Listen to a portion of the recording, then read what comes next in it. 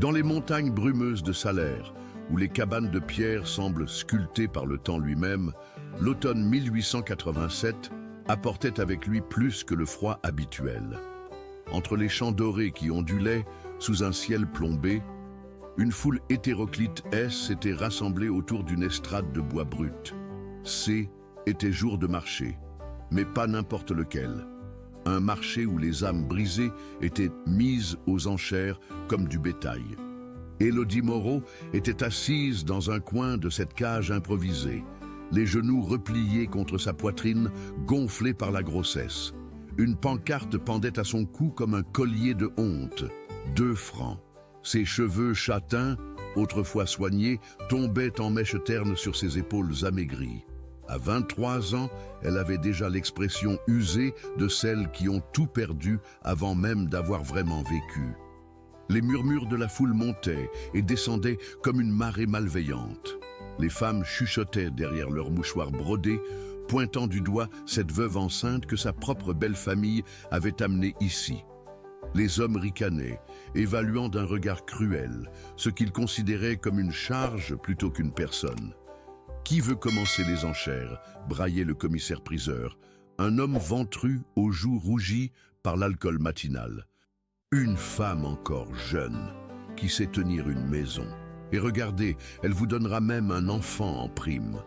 Les rires gras fusèrent. Élodie ferma les yeux, essayant de se détacher de cette humiliation publique. Comment en était-elle arrivée là? Il y a encore 6 mois, elle était épouse respectable dans la petite maison de pierre en bordure du village. Puis son mari Henri était parti pour les champs par ce matin de mars et n'était jamais revenu. L'accident à la scierie avait tout changé en une fraction de seconde. Sans ressources, enceinte d'un enfant qui ne verrait jamais son père, LS était retrouvée à la merci de Bastien, le frère cadet d'Henri. Un homme sec et âpre au gain, qui voyait en elle plus un fardeau qu'une belle-sœur en détresse. « Tu ne peux plus rester ici », lui avait-il déclaré avec la froide autorité de celui qui hérite. « Cette maison revient à la famille. Et tu n'en fais plus partie. » Élodie avait supplié, promis de travailler, de payer un loyer dès qu'elle le pourrait. Mais Bastien avait déjà pris sa décision. Le marché de Salers était réputé dans toute la région pour ses arrangements particuliers. Les familles y amenaient leurs fardeaux humains, espérant s'en débarrasser contre quelques pièces. « 1 franc !» cria quelqu'un dans la foule. Était Marcel, le tanneur, connu pour maltraiter ses employés. Élodie frissonna. « 1 franc 50 !» renchérit un autre, provoquant de nouveaux ricanements. Au fond de la place, appuyé contre un chêne centenaire, un homme observait la scène en silence. Grand, les épaules larges, sous une veste de cuir usé, il portait un chapeau à large bord qui ombrageait un visage taillé à la serpe. Lucien Delacroix n'avait pas dit un mot depuis son arrivée à Salers 3 semaines plus tôt. Il travaillait au champ pour qui voulait bien l'embaucher, dormait à la belle étoile et gardait ses secrets enfouis sous des couches de silence. Ses yeux gris, striés de rides précoces, ne quittaient pas la jeune femme dans sa cage. Il y avait quelque chose dans son port de tête, dans la façon dont elle gardait sa dignité, malgré l'humiliation, qui réveillait en lui des souvenirs douloureux, des images qu'il préférait laisser dans l'ombre de sa mémoire. 2 francs ! La voix du tanneur claqua dans l'air froid. Le commissaire-priseur leva son marteau. 2 francs une fois, 2 francs 2 fois. Lucien se redressa lentement. Sa main droite, marquée par de vieilles cicatrices, fouilla dans la poche de son pantalon de toile. Il en sortit exactement 2 pièces d'1 franc qu'il avait gagnées en coupant du bois pour le forgeron du village. 2 francs ! Cria-t-il d'une voix rauque qui porta jusqu'à l'estrade. Un silence stupéfait s'abattit sur la place. Tous les regards se tournèrent vers cet inconnu qui osait défier Marcel le tanneur. Ce dernier, vexé d'être mis en concurrence par un vagabond, gonfla la poitrine. 2 francs 50 ! Ragea-t-il. Lucien secoua la tête. Il n'avait que 2 francs, pas un sou de plus.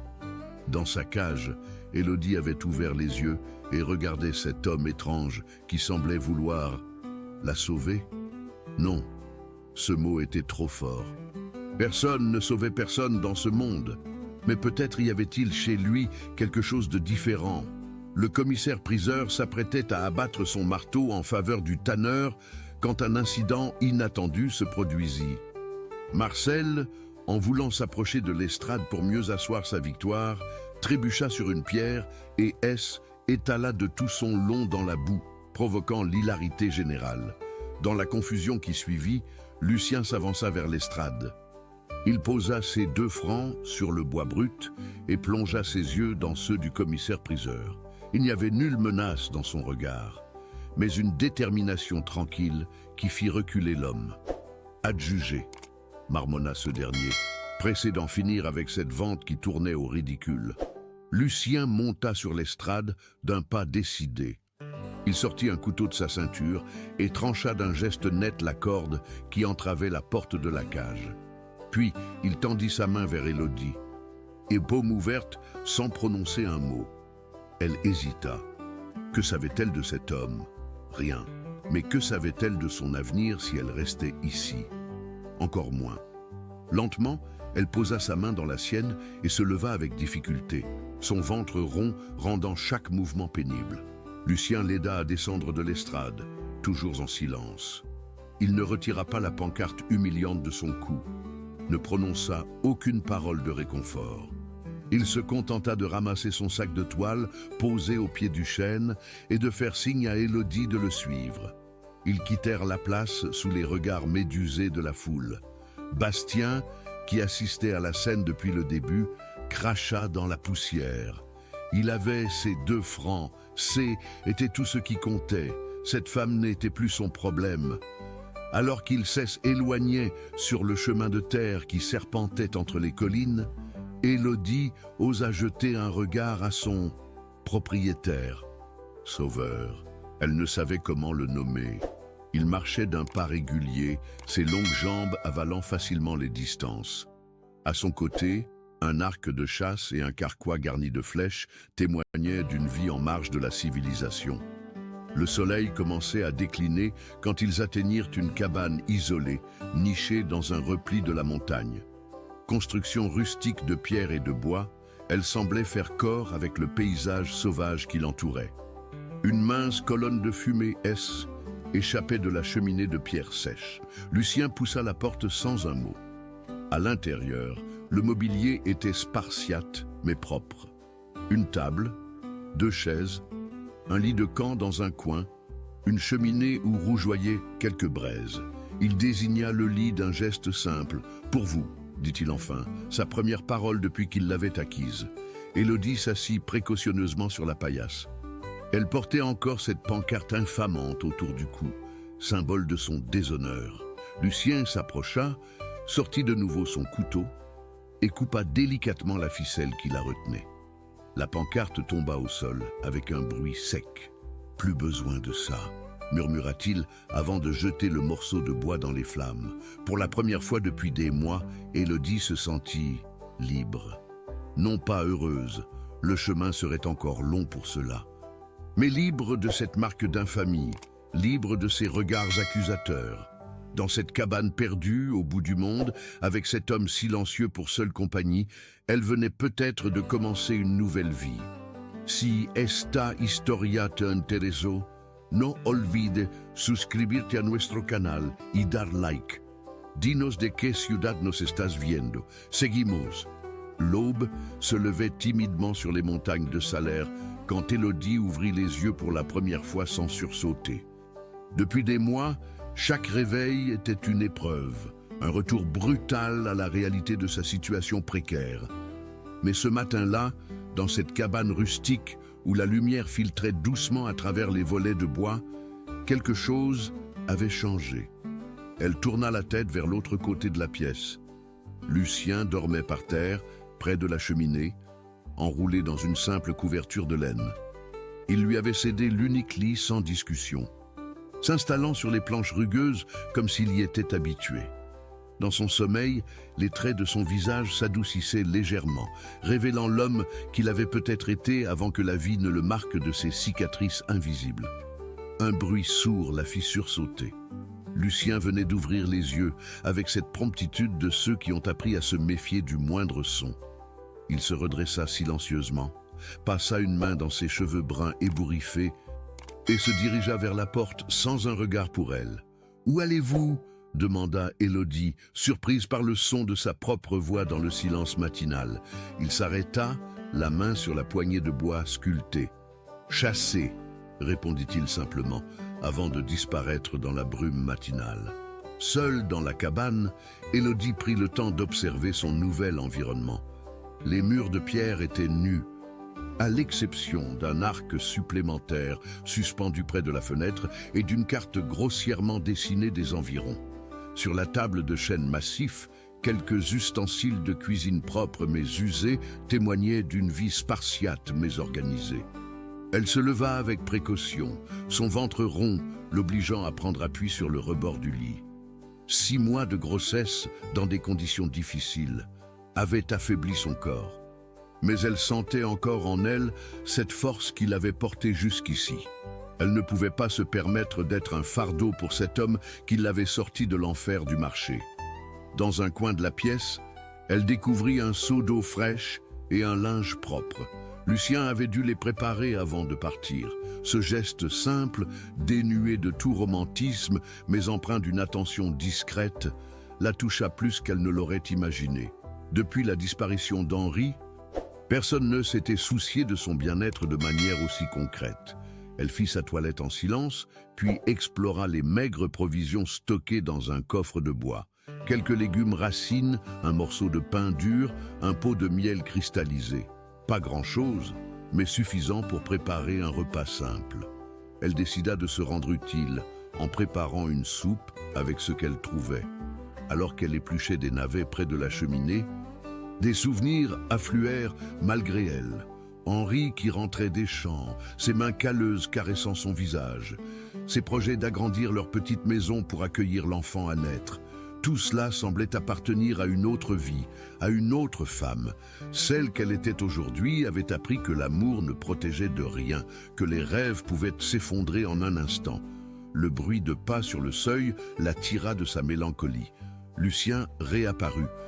Un lièvre pendu à l'épaule et quelques champignons sauvages dans un panier d'osier tressé. Il s'arrêta en voyant la soupe qui mijotait dans la marmite de fonte, ses narines frémissant à l'odeur appétissante qui s'en échappait. « Vous n'étiez pas obligé, » dit-il en posant son gibier sur la table. « Je ne veux pas être un poids, » répondit Élodie en évitant son regard. « Je peux travailler, me rendre utile. » Il hocha la tête sans un mot. Mais elle crut déceler une lueur d'approbation dans ses yeux gris. Avec des gestes précis nés de l'habitude, il entreprit de dépouiller le lièvre, préparant la viande pour les repas à venir. Ses mains bougeaient avec une dextérité qui témoignait d'années de vie en autarcie. Ils mangèrent ensemble dans un silence qui, étrangement, n'avait rien de pesant. Était un silence complice, celui de 2 âmes meurtries qui n'avaient pas besoin de mots pour se comprendre. Élodie observait cet homme mystérieux qui l'avait arraché à son destin d'esclave. Qui était-il vraiment? D'où venait-il? Pourquoi avait-il dépensé ses derniers francs pour une inconnue enceinte? Pourquoi m'avez-vous acheté? Finit-elle par demander, n'y tenant plus. Lucien leva les yeux de son bol, la cuillère de bois suspendue entre ses lèvres. Il sembla peser sa réponse, comme s'il choisissait soigneusement ses mots. « Personne ne mérite ça, » dit-il finalement, désignant d'un geste vague la direction du village. Être vendu comme du bétail. Mais vous ne me connaissez pas. Je pourrais être n'importe qui. Une voleuse, une femme de mauvaise vie. Un sourire fugace passa sur les lèvres de Lucien, le premier qu'elle lui voyait. Les voleurs ne pleurent pas comme vous pleuriez hier, et les femmes de mauvaise vie ne préparent pas de soupe aussi bonne. Cette réponse, teintée d'un humour sec, détendit légèrement l'atmosphère. Élodie sentit ses épaules se décontracter pour la première fois depuis des mois. L'après-midi s'écoula paisiblement. Lucien s'affaira autour de la cabane, réparant une planche disjointe, vérifiant les réserves de bois. Élodie l'observait discrètement, intriguée par cet homme qui semblait porter le poids du monde sur ses épaules. Il bougeait avec une économie de gestes qui trahissait une grande fatigue intérieure comme quelqu'un qui avait appris à survivre plus qu'à vivre. Vers le milieu de l'après-midi, alors qu'elle reprisait une chemise trouvée dans le coffre, elle remarqua qu'il jetait régulièrement des coups d'œil vers la fenêtre donnant sur le sentier. Ses muscles étaient tendus, sa main jamais très loin de l'arc appuyé contre le mur. « Vous attendez quelqu'un » demanda-t-elle. Il secoua la tête, mais son expression resta préoccupée. « On n'est jamais trop prudent par ici. Les gens n'aiment pas les étrangers. Et vous êtes un étranger ?»« Depuis longtemps, oui. » Cette réponse laconique ne fit qu'attiser la curiosité d'Élodie. Mais elle comprit qu'il ne fallait pas insister. Cet homme avait ses secrets, tout comme elle avait les siens. Le respect mutuel de ces zones d'ombre semblait être la base tacite de leur cohabitation. Le soir venu, ils partagèrent un nouveau repas silencieux. Puis Lucien ressortit pour vérifier les alentours de la cabane. Quand il revint, il apportait avec lui quelques branches fleuries qu'il disposa dans un pot de grès près de la fenêtre. « Pour égayer un peu », dit-il simplement, conscient du regard étonné d'Élodie. Ce geste, d'une tendresse inattendue de la part de cet homme rude, bouleversa la jeune femme. Elle dut détourner les yeux pour cacher les larmes qui menacèrent de couler. Depuis combien de temps personne ne était-il soucié d'égayer sa vie? Cette nuit-là, alors que Lucien s'installait de nouveau près de la cheminée, Élodie osa briser le silence qui s'installait. « Merci », murmura-t-elle dans l'obscurité naissante. « Pourquoi ? Pour tout, pour m'avoir sorti de là-bas, pour le lit, pour les fleurs, pour me traiter comme un être humain. » Elle entendit Lucien bouger dans sa couverture, mais il ne répondit pas tout de suite. Quand sa voix s'éleva enfin dans le noir, elle était chargée d'une émotion contenue. « Tout le monde mérite d'être traité comme un être humain, Élodie, même quand on a tout perdu. » C était la première fois qu'il prononçait son prénom. Dans sa bouche, il sonnait différemment, débarrassé de la pitié ou du mépris qu'elle y avait entendu ces derniers mois.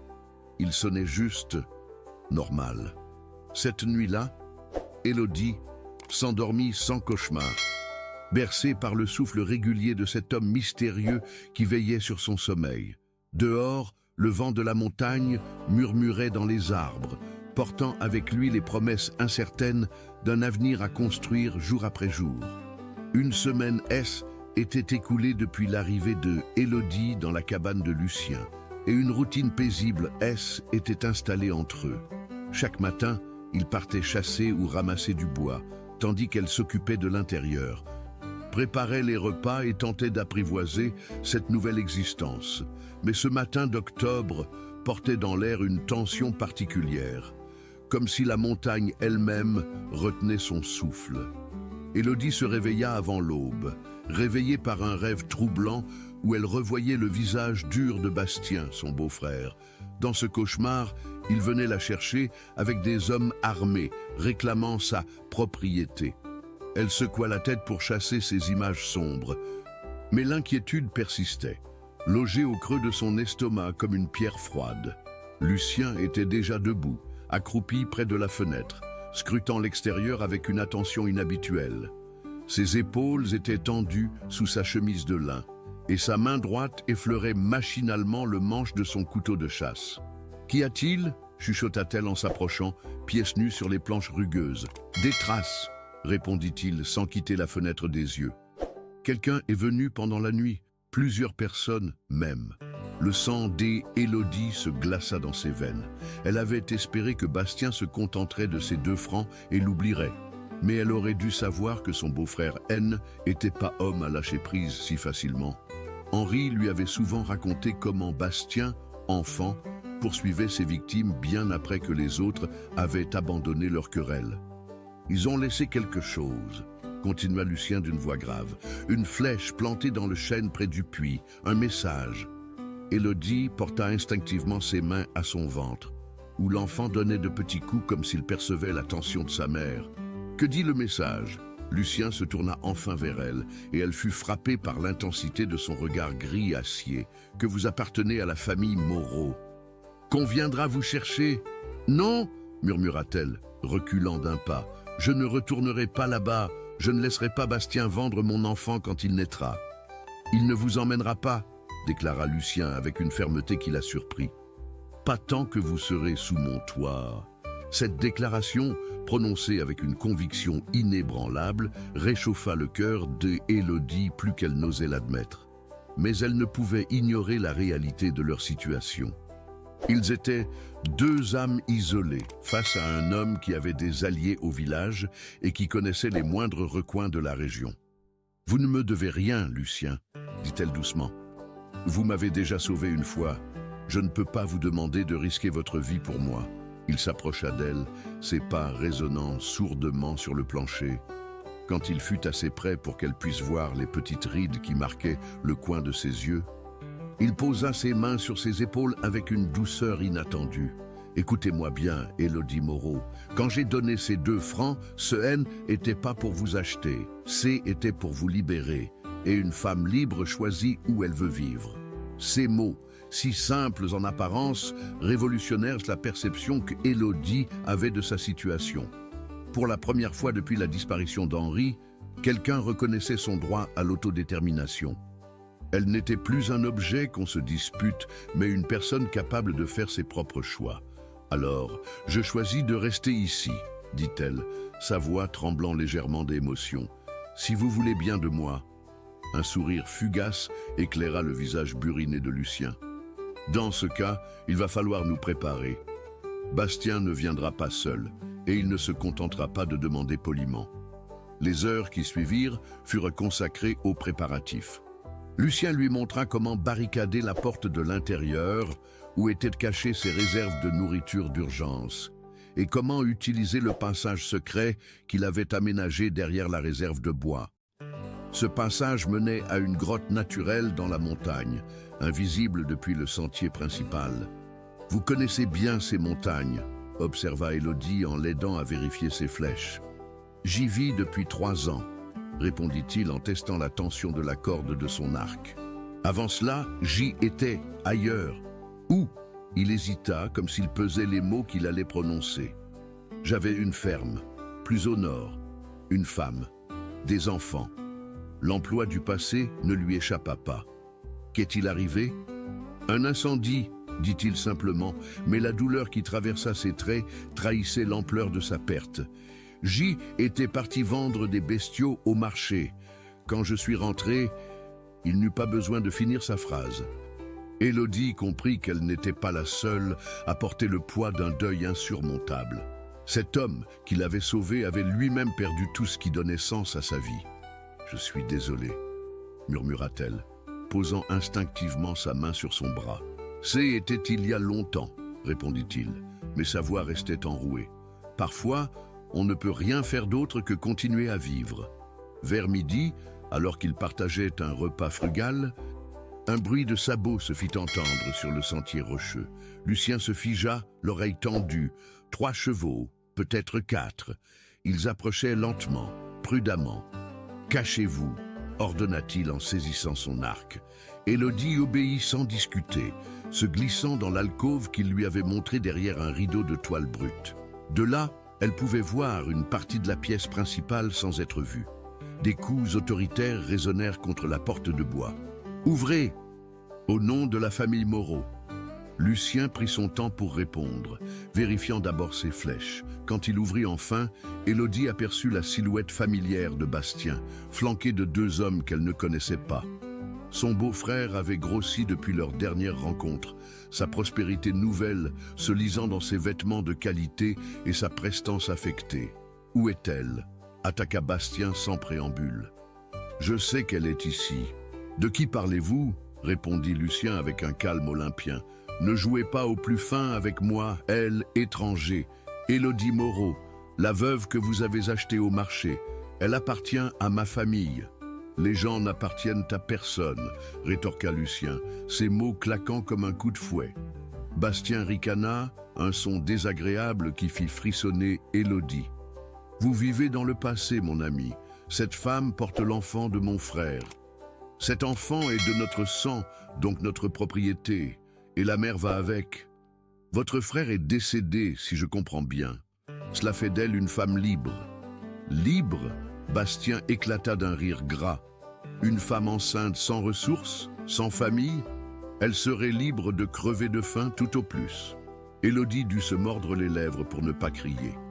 Cette vision utilitaire de son existence la révoltait autant qu'elle l'humiliait. Dans l'esprit de Bastien, elle n'était qu'un ventre porteur, un réceptacle pour l'héritage familial. « Si vous vous inquiétez vraiment de son bien-être, dit Lucien d'une voix dangereusement douce, vous devriez être rassuré de savoir qu'elle est bien nourrie et logée. Par vous. » Bastien toisa Lucien de la tête aux pieds avec mépris.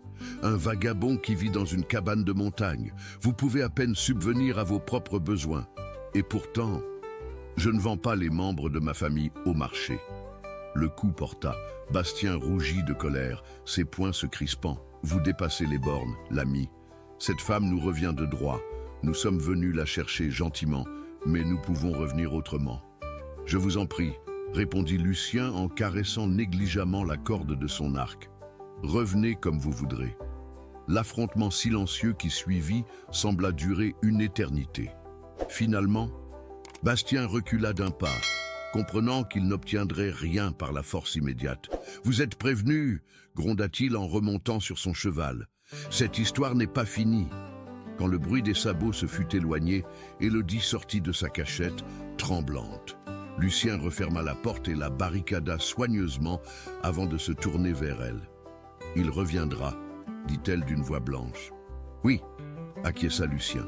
« Mais la prochaine fois, nous serons prêts. » Dans ses yeux gris, Élodie lut une détermination farouche qui la rassura autant qu'elle l'inquiéta. Cet homme cachait visiblement d'autres secrets que la tragédie de sa famille disparue. 3 jours s'écoulèrent dans un calme trompeur après la visite de Bastien. Lucien avait renforcé les défenses de la cabane, installant des pièges rudimentaires sur les sentiers d'approche et cachant des provisions dans la grotte secrète. Mais malgré ces précautions, une tension palpable flottait dans l'air automnal, comme l'électricité avant l'orage. Élodie passait ses journées à observer cet homme mystérieux qui avait bouleversé son existence. Plus elle étudiait, plus elle découvrait des détails troublants. La façon dont il maniait ses armes avec une précision militaire, sa connaissance approfondie des tactiques défensives, et surtout ses cicatrices qu'elle avait aperçues sur ses avant-bras quand il retroussait ses manches pour travailler. Ce matin-là, pendant qu'il réparait un volet, elle remarqua quelque chose qui lui glaça le sang. Sur son épaule droite, dépassant du col de sa chemise, se dessinait une partie de ce qui ressemblait à une marque au fer rouge. Elle détourna rapidement les yeux, le cœur battant. Qui était vraiment Lucien Delacroix ? « Vous avez des questions ?» dit-il soudain sans lever les yeux de son travail. Élodie sursauta. « Pardon ? Depuis 3 jours. Vous me regardez comme si j'y étais un loup déguisé en berger. Alors, posez vos questions. » Elle hésita, tortillant nerveusement le tissu de sa robe entre ses doigts. « Cette marque sur votre épaule. » Lucien s'immobilisa, son marteau suspendu dans l'air. Lentement, il se redressa et se tourna vers elle. Dans ses yeux gris, elle lut une résignation douloureuse, comme s'il s'attendait à ce moment depuis longtemps. « Vous voulez savoir si je suis un criminel ?» dit-il sans détour. « Je veux juste comprendre qui vous êtes. » Il posa ses outils et s'approcha d'elle. Sans un mot, il déboutonna sa chemise et la fit glisser de ses épaules. Élodie retint son souffle. Sur son torse et ses bras, un réseau de cicatrices racontait une histoire de violence et de souffrance. Mais c'est la marque sur son épaule droite qui retint son attention. Un D grossièrement gravé dans la chair, symbole infamant des déserteurs. « J'ai été soldat, » dit-il d'une voix neutre, « pendant la guerre contre la Prusse. J'ai servi 3 ans dans l'infanterie jusqu'à ce que... » Il s'interrompit, cherchant ses mots. Élodie attendit patiemment, comprenant qu'il livrait un secret qu'il n'avait peut-être jamais partagé. Jusqu'à ce qu'on m'ordonne d'incendier un village. Des femmes, des enfants, des vieillards qui n'avaient rien fait d'autre que se trouver sur notre route. Sa voix se durcit. J'ai refusé. Mes supérieurs ont appelé cela de la désobéissance. Moi, j'appelais cela de l'humanité. Élodie sentit sa gorge se serrer. Et ils vous ont marqué pour cela ? après m'avoir fouetté publiquement, oui. Puis ils m'ont chassé de l'armée comme un chien galeux. Il remit sa chemise, cachant de nouveau ses blessures. Je suis rentré chez moi déshonoré, mais vivant. Ma femme, Isabelle, m'a accueilli sans question. Elle disait que l'honneur véritable ne se trouvait pas dans les médailles. C'est elle qui a péri dans l'incendie. Elle et nos 2 petites filles, Clara et Margot. Sa voix se brisa légèrement. 4 et 6 ans. Elle courait dans les champs quand je suis parti au marché ce matin-là. Quand je suis revenu, il ne termina pas sa phrase, mais Élodie n'avait pas besoin d'explication. Elle comprenait maintenant pourquoi cet homme portait un tel poids sur ses épaules, pourquoi il avait choisi l'isolement de ces montagnes sauvages. L'incendie était-il accidentel ? Demanda-t-elle doucement. Lucien la regarda longuement avant de répondre. Les gendarmes ont conclu à un accident. Une lampe renversée, ont-ils dit. Mais j'ai retrouvé des traces de pas autour des ruines, des traces qui n'appartenaient ni à ma famille, ni à moi. Vous pensez que quelqu'un... Je pense que mon passé de déserteur m'a fait des ennemis, des hommes qui estimaient que ma famille avait payé le prix de mon déshonneur. Cette révélation frappa Élodie comme un coup de poing. Cet homme qui l'avait sauvée portait lui-même le fardeau d'une tragédie indicible. Et malgré cela, il avait trouvé la force de tendre la main à une autre âme en détresse. « Maintenant vous savez, dit-il en se détournant. Si vous préférez partir... » « Non !» L'exclamation jaillit de ses lèvres avant qu'elle puisse la retenir. « Non, je ne partirai pas !» Il se retourna, surpris par la véhémence de sa réponse. « Vous avez refusé de tuer des innocents, » continua-t-elle, les mots se bousculant dans sa bouche. « Et vous avez choisi l'humanité plutôt que l'obéissance aveugle. Comment cela pourrait-il me faire fuir? Parce que je suis un homme marqué, Élodie. Partout où je vais, mon passé me suit. Et maintenant, il vous suivra aussi. Tant mieux. » Elle posa ses mains sur son ventre rond. Cet enfant grandira en sachant qu'il a été protégé par un homme de bien, peu importe ce que disent les autres. Lucien la dévisagea avec une intensité qui la fit rougir. Dans ses yeux, elle lut une émotion qu'elle n'arrivait pas à nommer, quelque chose entre la gratitude et un sentiment plus profond qu'il n'osait exprimer. « Vous ne savez pas ce que vous dites, » murmura-t-il. « Je sais exactement ce que je dis. » Elle s'approcha de lui, ignorant les battements désordonnés de son cœur. « J'ai vécu avec un homme bon, Henri. Je sais reconnaître la bonté quand je la vois. Henri était votre mari. Moi, je ne suis qu'un étranger qui m'a rendu ma dignité, qui me traite comme une personne et non comme un objet, qui risque sa vie pour protéger une femme qu'il connaît à peine. » Elle prit une inspiration tremblante. « Vous n'êtes plus un étranger, Lucien. » Le silence qui suivit était chargé d'une tension différente de celle qu'ils avaient connue jusque-là. Ce haine n'était plus la méfiance ou la peur, mais quelque chose de plus troublant, de plus intime. « Élodie, » commença-t-il d'une voix rauque, « je sais que c'est trop tôt, » dit-elle rapidement. « Je sais que je porte l'enfant d'un autre homme, que nous nous connaissons à peine, que tout cela est compliqué. Mais je ne peux pas ignorer ce que je ressens. Et que ressentez-vous » La question, posée dans un souffle, la fit trembler. Comment expliquer ce mélange de reconnaissance, d'admiration et d'attraction qui grandissait en elle chaque jour? Comment avouer qu'elle pensait à lui le soir en s'endormant, qu'elle guettait son retour quand il partait chasser? « De la confiance, » dit-elle finalement. « Pour la première fois depuis la disparition d'Henri, je me sens en sécurité. Et ce n'est pas seulement parce que vous me protégez de Bastien, c'est parce que vous me voyez vraiment, vous me écoutez vraiment. » Lucien tendit la main et effleura doucement sa joue. Ce contact, le premier geste vraiment tendre qu'il lui accordait, lui coupa le souffle. « Vous méritez mieux qu'un homme hanté par ses fantômes, » dit-il. « Et vous méritez mieux qu'une solitude qui vous ronge de l'intérieur. » Ils restèrent ainsi, immobiles, conscients de franchir une ligne invisible. L'attraction qui couvait entre eux depuis une semaine venait enfin au grand jour. Mais avec elle surgissaient 1000 questions sur l'avenir. Un bruit au dehors les fit sursauter. Lucien récupéra instantanément ses réflexes de chasseur, attrapant son arc d'un geste fluide. Mais Sehaine était qu'un chevreuil qui s'enfuyait dans les broussailles. « Il faut que nous soyons prudents, dit-il en reposant son arme. Pas seulement avec Bastien, avec nous. » Élodie hocha la tête, comprenant qu'il ne parlait pas seulement de leur sécurité physique.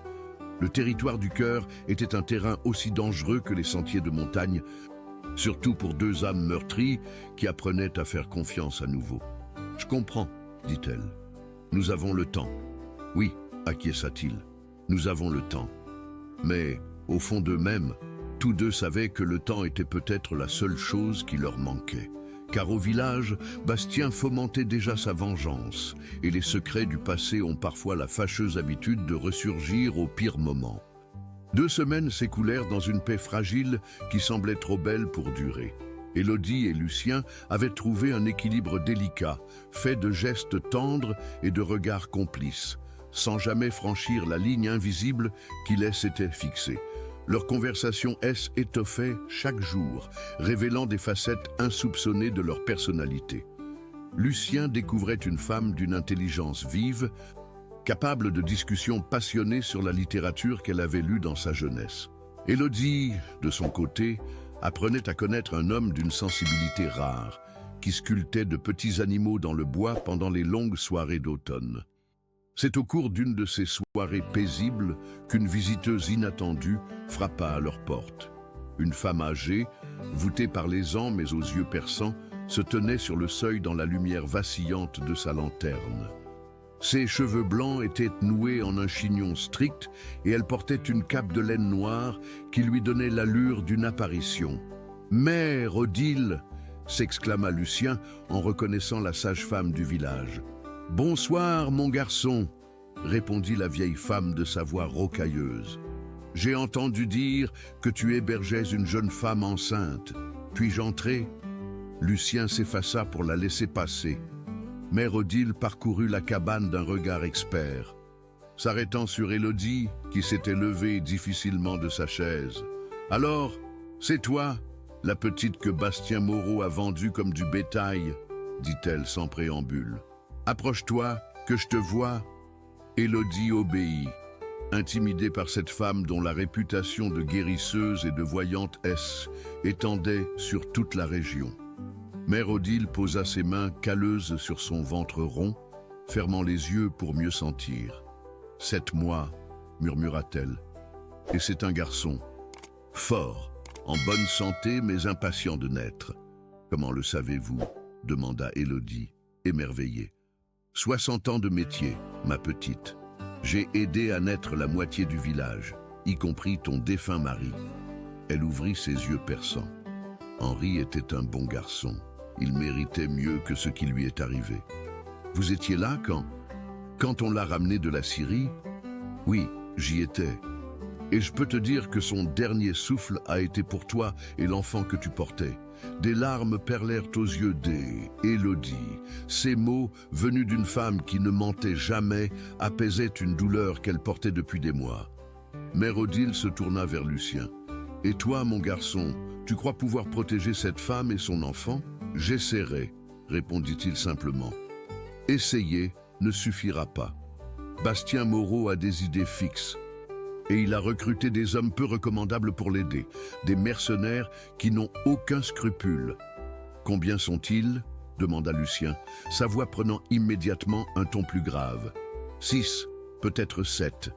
Ils campent dans la ferme abandonnée des Roussels, à une lieue d'ici. Ils attendent le bon moment pour frapper. » Élodie sentit son sang se glacer. « Pourquoi me voulez-vous que j'aie à ce point ? Je ne lui apporte que des problèmes. » « Ce n'est pas toi qu'il veut vraiment, » révéla Mère Odile. « C'est l'enfant. Bastien a des dettes, beaucoup de dettes, et un héritier mâle de la famille Moreau pourrait lui ouvrir certaines portes, lui donner accès à des terres qui lui sont fermées actuellement. »« Jamais !» s'écria Élodie, ses mains protégeant instinctivement son ventre. « Il faudra pourtant trouver une solution, » dit la vieille femme. « Car il ne renoncera pas. » Lucien s'approcha de la fenêtre, scrutant l'obscurité. « Il y a peut-être un moyen. »« Lequel ?» demandèrent en chœur les deux femmes. Si Élodie était mariée à un autre homme, légalement, l'enfant porterait le nom de son nouveau mari. Bastien perdrait tout droit sur lui. Un silence pesant s'abattit sur la cabane. Élodie regarda Lucien avec des yeux écarquillés, comprenant la portée de sa suggestion.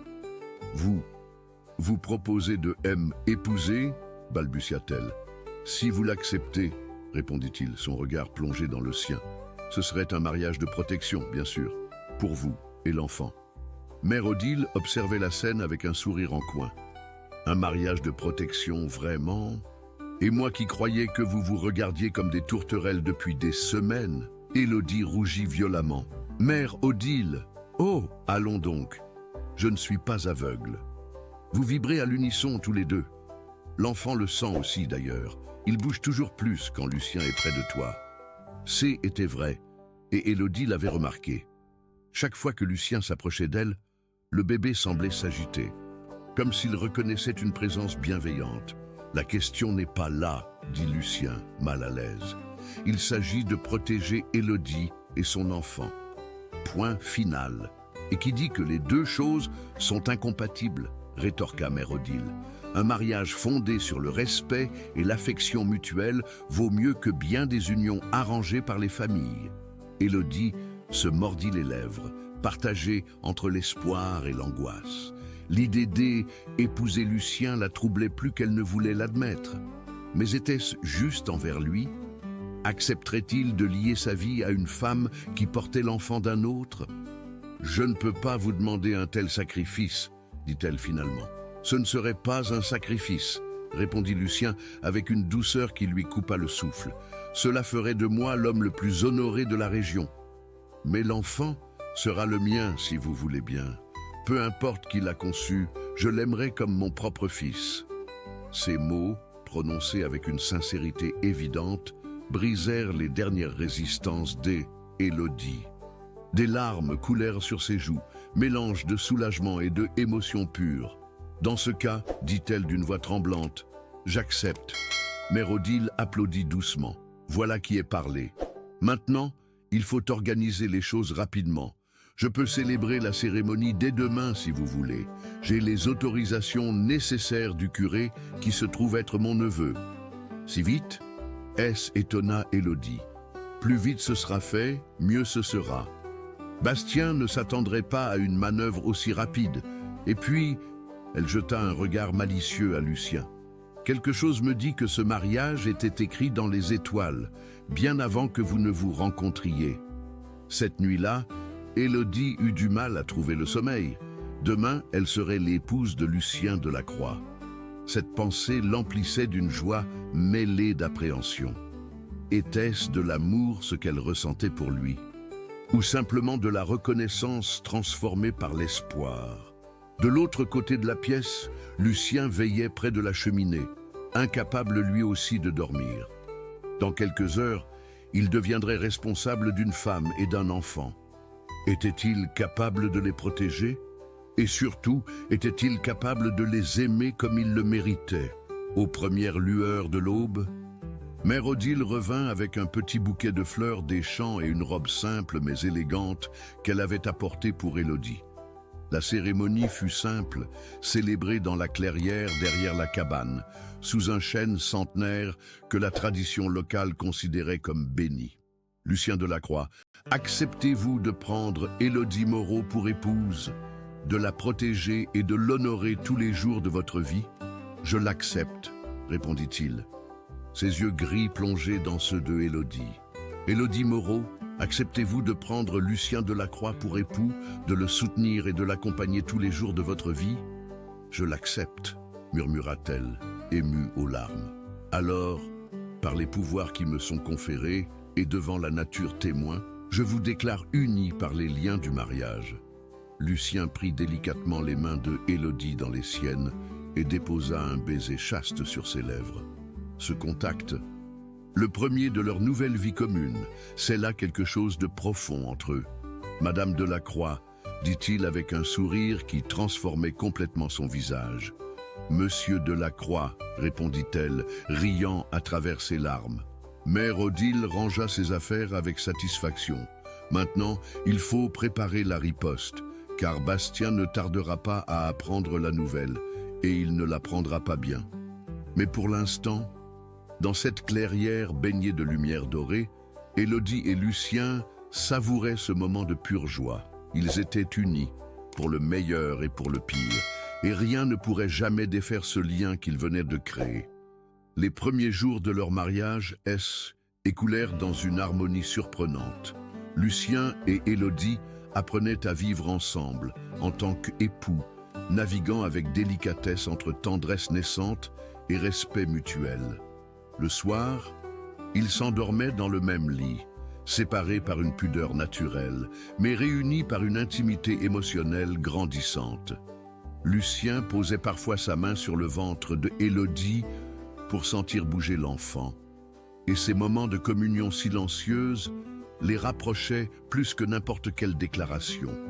Mais cette paix fragile ne devait pas durer. Le 4e jour après leur union, Mère Odile réapparut au petit matin, le visage grave et les traits tirés par l'inquiétude. « Louise arrive !» annonça-t-elle sans préambule. « Bastien a appris votre mariage et il entre dans une rage folle. Il a dit qu'il récupérerait ce qui lui appartient, mariage ou pas mariage. » Lucien serra les poings. « Combien de temps avons-nous ? Quelques heures tout au plus. Ils ont quitté leur campement avant l'aube. » Mère Odile fouilla dans son sac et en sortit un petit flacon d'herbe séchée. « Pour la douleur, » dit-elle à Élodie. Au cas où elle, émotion déclencherait le travail prématurément. Cette perspective terrifiante fit blêmir Élodie. Accoucher en pleine bataille était un cauchemar qu'elle n'osait imaginer. « Emmenez-la à la grotte, » dit Lucien à Mère Odile. « Je reste ici pour les retenir. »« Non !» protesta Élodie en se levant difficilement. « Je ne vous laisserai pas affronter cet homme seul. C'est mon travail de vous protéger maintenant, » répondit-il avec une tendresse ferme. « Et celui de protéger notre enfant. » Ce possessif, notre enfant, bouleversa Élodie plus qu'elle ne l'aurait cru. En quelques jours, Lucien avait adopté ce bébé avec une sincérité qui lui réchauffait le cœur. « Il y a peut-être une autre solution, » intervint Mère Odile. « J'ai des amis au village, des gens qui n'approuvent pas les méthodes de Bastien. Si nous pouvions... » Un coup de feu claqua dans le lointain, suivi d'un cri, puis un deuxième. Lucien se précipita vers la fenêtre, arc en main. « Ils sont là, » dit-il d'une voix tendue, plus tôt que prévu.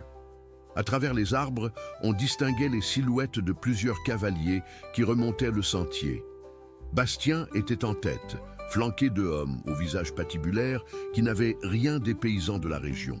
« Des mercenaires », murmura Lucien en reconnaissant leur allure. « Probablement d'anciens soldats reconvertis dans le brigandage. » Élodie sentit une douleur sourde traverser son ventre.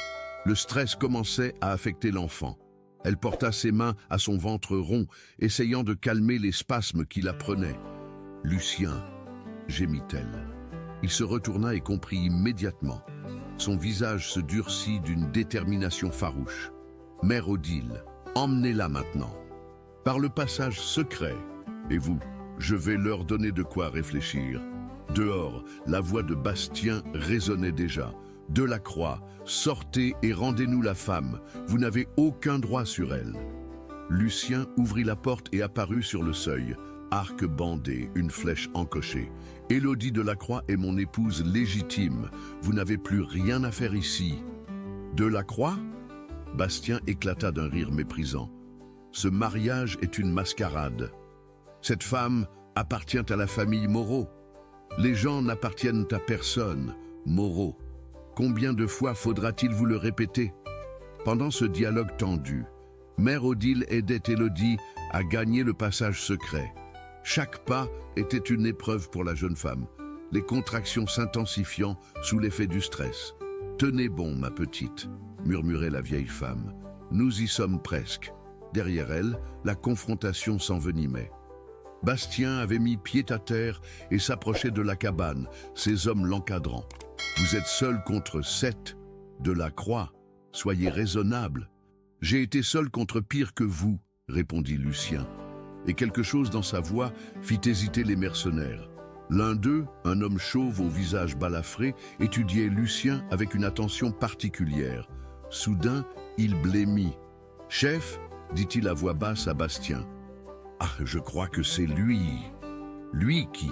Lucien Delacroix, celui qu'on appelait l'ombre du Nord pendant la guerre. Il a tenu seul un pont contre une compagnie entière de Prussiens.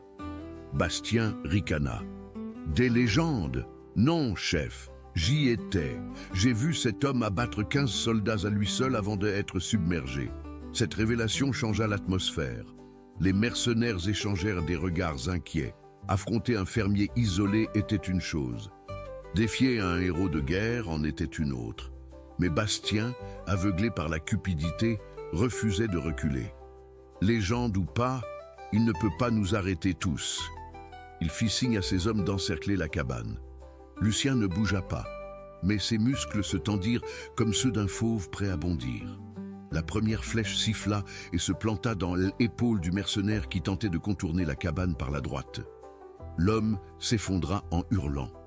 Avant même que ses compagnons puissent réagir, une deuxième flèche atteignit celui qui approchait par la gauche. « 2 » dit calmement Lucien en encochant une troisième flèche. Il en reste 5. Dans la grotte, Élodie entendait les cris et les détonations. Chaque bruit lui déchirait le cœur. Et si Lucien était blessé? Et si elle le perdait si peu de temps après l'avoir trouvé? « Il sait se battre, ne vous inquiétez pas », tenta de la rassurer Mère Odile. Mais sa propre voix tremblait. Une douleur plus forte que les autres traversa le ventre d'Élodie, l'obligeant à se plier en deux. Quand elle rouvrit les yeux, elle vit une tache humide étalée sur sa robe. « Mère Odile », gémit-elle, terrifiée. La vieille femme examina rapidement la situation et blêmit. Les os viennent de se rompre. L'enfant arrive. « Non, pas maintenant, pas ici. » Les bébés choisissent rarement leur moment, ma petite. Il va falloir être courageuse. Dehors, le combat faisait rage. Lucien avait abandonné son arc pour son couteau de chasse, se battant au corps à corps avec 2 mercenaires, tandis que les autres hésitaient à intervenir. Son passé militaire ressurgissait, transformant le fermier taciturne en machine de guerre efficace et impitoyable. Bastien, voyant ses hommes tomber un à un, sortit un pistolet de sa ceinture. « Assez ! Où est-elle ? Vous ne la toucherez pas !» gronda Lucien en parant un coup d'épée. « Alors vous disparaîtrez tous les deux !» Il visa Lucien, mais au moment où il allait tirer, une pierre lui frappa la main. Le coup de feu partit dans les airs. Mère Odile était sortie de la grotte malgré le danger. « Bastien Moreau !» cria-t-elle d'une voix tonnante. « Assez de cette folie.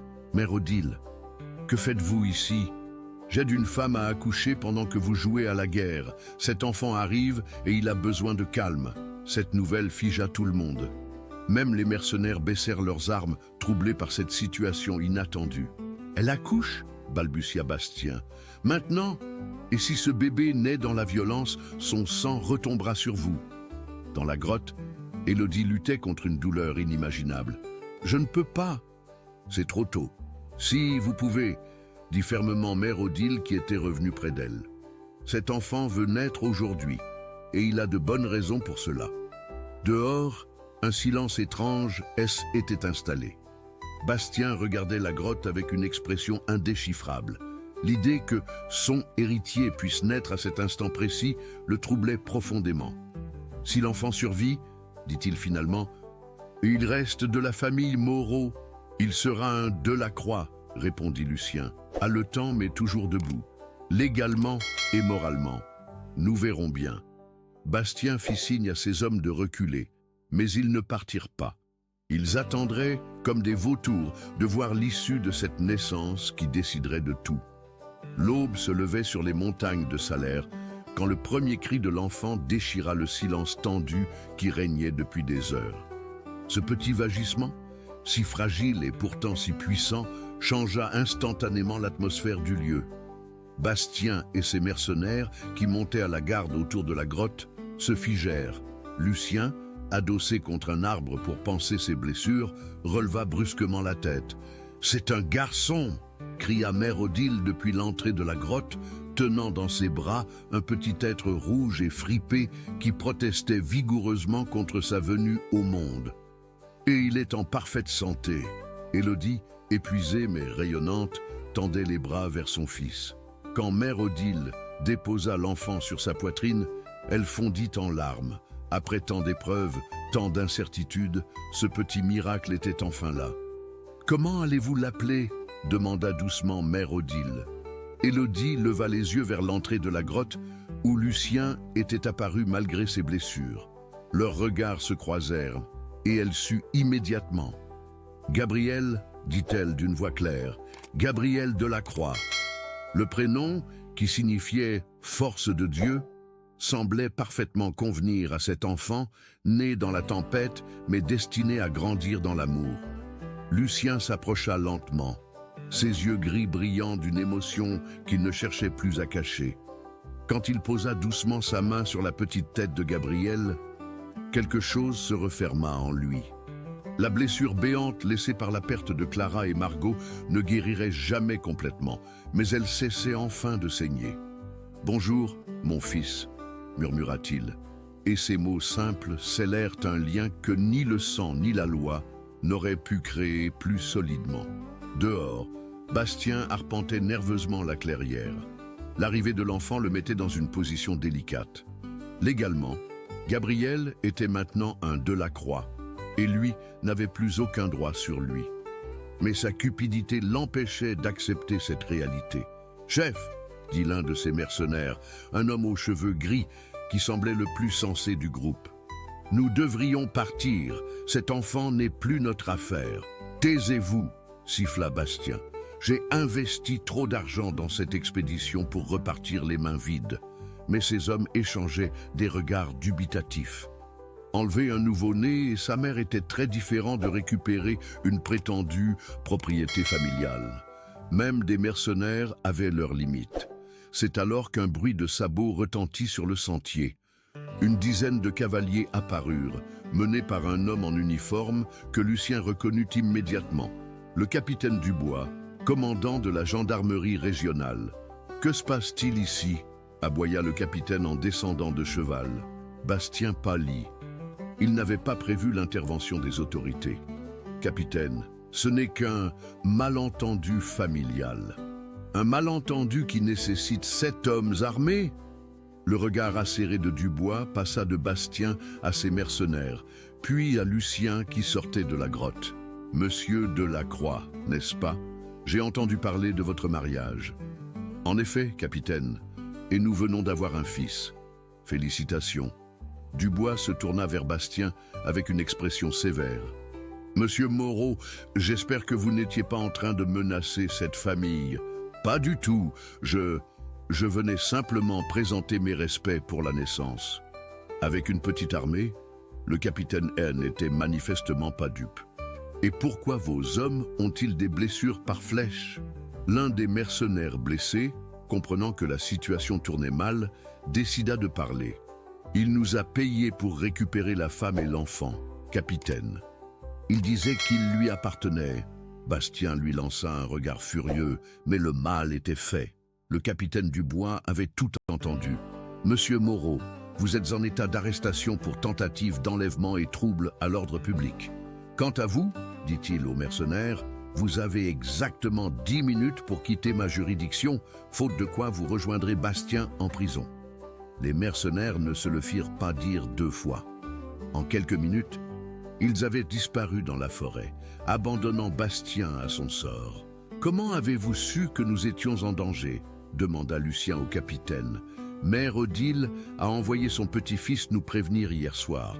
Cette femme a plus de bon sens que bien des hommes. » Il sourit en entendant les vagissements de Gabriel. Et il semble que le timing était parfait. Tandis que les gendarmes emmenaient Bastien, menotté et humilié, Lucien retourna auprès d'Élodie et de Gabriel. La jeune femme était assise contre la paroi rocheuse, son fils dans les bras, et rayonnait malgré l'épuisement. « C'est fini ?» demanda-t-elle. « Oui » répondit Lucien en s'agenouillant près d'elle. « Bastien ne nous embêtera plus jamais. Et nous, qu'est-ce qui nous attend maintenant ?» Lucien contempla ce tableau. sa femme tenant leur enfant dans cette grotte qui les avait protégés. Malgré les circonstances dramatiques, il n'avait jamais rien vu de plus beau. Une vie, dit-il simplement, une vraie vie, ensemble. Il tendit ses bras et Élodie lui confia Gabriel. L'enfant ouvrit ses petits yeux sombres et sembla fixer son père adoptif avec une intensité surprenante pour un nouveau-né. « Tu seras aimé, petit Gabriel », murmura Lucien, « plus que tu ne pourras jamais l'imaginer. » Mère Odile, qui observait la scène avec attendrissement, sortit de son sac un petit objet enveloppé dans un linge blanc. « Un cadeau pour le baptême », dit-elle en le tendant à Élodie. Était une croix en bois sculptée, délicatement ouvragée, qui avait visiblement appartenu à plusieurs générations. « Elle appartenait à ma grand-mère », expliqua la vieille femme. « Elle porte bonheur aux familles qui ont su trouver l'amour dans l'épreuve. » Élodie ferma les yeux, submergée par l'émotion. Il y a quelques mois, elle était une femme brisée, vendue comme du bétail, sans espoir d'avenir. Aujourd'hui, elle était épousée mère, entourée d'amour et de protection. « Merci, dit-elle, mais ce simple mot ne suffisait pas à exprimer tout ce qu'elle ressentait. » Les semaines qui suivirent furent parmi les plus heureuses de la vie d'Élodie. Gabriel grandissait rapidement, découvrant le monde avec la curiosité naturelle des enfants. Lucien se révélait un père attentionné et patient, sculptant de petits jouets en bois et racontant des histoires aux deux êtres qui avaient redonné sens à sa vie. Leur mariage, né de la nécessité, se transformait jour après jour en véritable union amoureuse. Les baisers timides devenaient plus tendres, les regards plus profonds, les silences plus complices. Un soir d'hiver, alors que Gabriel dormait paisiblement dans son berceau et qu'un feu de cheminée réchauffait la cabane, Élodie s'approcha de Lucien qui réparait un harnais. « Avez-vous des regrets ?» demanda-t-elle soudain. Il leva les yeux, surpris. « Des regrets ? À quel sujet ? De m'avoir épousé ? De vous être lié à une femme et un enfant qui ne sont pas vraiment les vôtres ?» Lucien posa son travail et attira Élodie sur ses genoux. « Écoute-moi bien, ma femme, » dit-il en caressant doucement ses cheveux. « Tu es la plus belle chose qui me soit arrivée depuis des années. » Et Gabriel, il regarda le berceau où dormait paisiblement leur fils.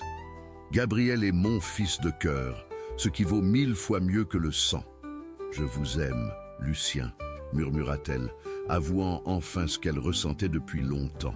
« Et moi, je t'aime depuis le jour où j'ai vu ton courage sur cette place de marché. » répondit-il avant de l'embrasser avec une passion longtemps contenue. Cette nuit-là, leur mariage fut enfin consommé. Non par obligation ou par nécessité, mais par amour véritable.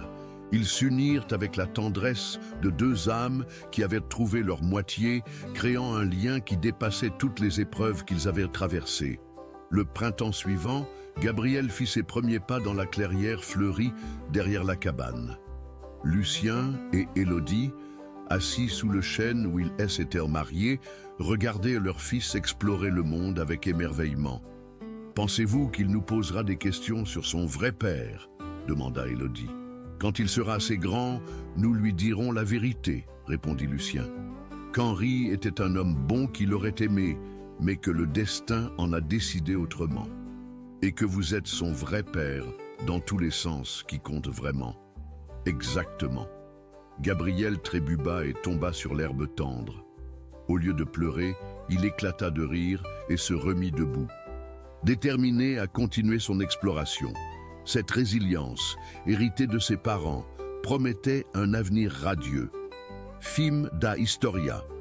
Chers auditeurs, l'histoire d'Élodie et Lucien nous rappelle que l'amour véritable peut naître des circonstances les plus difficiles.